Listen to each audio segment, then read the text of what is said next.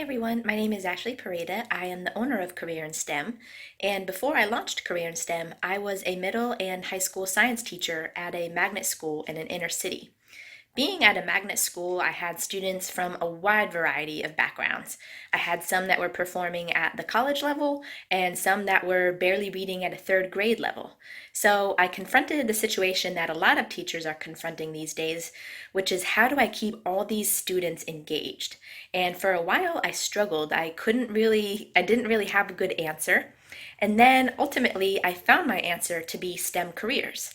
So I wanted to give a quick glimpse of what I did and how other gifted and talented teachers across the United States are doing the same thing with incredible results. So here are some quick practical tips for middle and high school gifted and talented teachers to integrate STEM careers in your existing curriculum. First of all, I wanted to just go over why STEM careers are so important.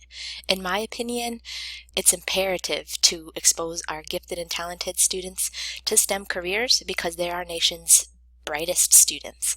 To maintain economic competitiveness for America, we need these kids to at least be aware of what STEM careers are out there. So some statistics for you. Google Education, I was on one of their webinars the other day. They're projecting 3.5 new jobs in STEM by 2025. The average wage for STEM professionals is $38 an hour, which is almost twice the national average. And more than half, almost a lot of Americans hate their jobs, and that was from a new Gallup survey. So I think first of all, if we can expose students to careers early and get them ready for what they might see, and second of all, help them make better decisions, we'll harness their talent and potential to make our world and nation a better, more prosperous place for everybody. So what I did, I actually didn't even know it at the time, but what it's actually called is curriculum compacting. So curriculum compacting is essentially when you see whether or not your students even need to know the curriculum. What I found in working in a magnet school is I had about 10% of my students who already knew the content in any given unit, no matter what I was teaching. So rather than making them sit through a whole another few weeks of information they already knew, I decided to eliminate it. So I started every unit by giving a pretest. To anybody who scored a 90% higher on the pretest, I said they didn't have to go through it, so they were exempt from that unit. Rather, they were going to be exploring the same content, but through a new focus, and that new focus was STEM careers.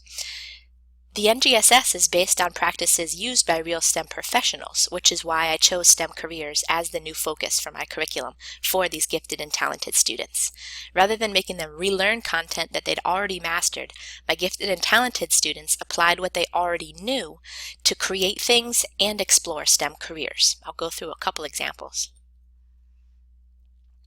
So in one of my middle school classrooms, we were on the kinetic energy standard and how it relates to the speed of an object. So typically I would start a unit like this with rubber bands where you're exploring kinetic versus potential energy, going through what those things are, how they relate to speed, so the facts. The students that I had, my gifted and talented students, already knew that.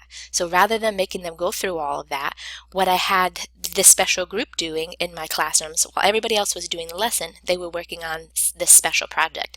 This special project was a kinetic and potential energy at the crime scene project. So these students made a whodunit type game based on kinetic energy, potential energy, speeds of objects, blunt force trauma, all that good stuff. So they created a whodunit game that my class, after the rest of the class, after they had learned the scientific principles, then played and was led by the gifted and talented students. So they were still working in the same content area, but they were doing something with the knowledge that they already had through the lens of a STEM career. So not only did they have to create this game to apply the concepts of MSPS 3-1, they also had to learn about forensics and crime scene investigation and the physics behind those things. So it was really, really fun. Another example, this was from when I was teaching high school. We were working on a magnetism standard, so those are always challenging. So for the rest of my class, they were learning what magnetic fields are and how they produce electric currents. But again, I had about 10% of my students that already knew all of that. So what I did was create an open-ended project where they had to use basic household materials, things I had around the classroom, to create a MRI machine. So not only did they have to apply all the knowledge that they already had about that standard, they had to make something, and then they had to explain how it related to the standard and the related careers exploration project. So those are just two examples, and I saw tremendous growth with my students. So normally only about 65% of my students said they could see how science was applying to real life, but in making this change, delivering the same content through STEM careers, I saw tremendous gains. And more than anything, it was engaging to all the students. So there was really just 3 simple steps that I followed. I followed the same standard, so we had to transition to NGSS at that time. So whatever the standard was, I devised the content that the whole class was going to have to know by the end of the unit. Based on that content, I would create the pretest.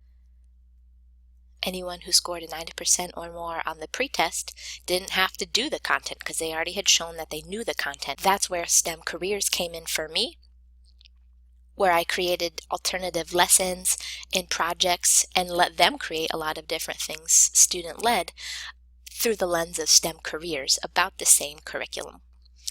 I have the quote about curriculum compacting from the school-wide enrichment model, and that's essentially what I was doing and what I'm hoping that you'll understand by the end of this quick little video.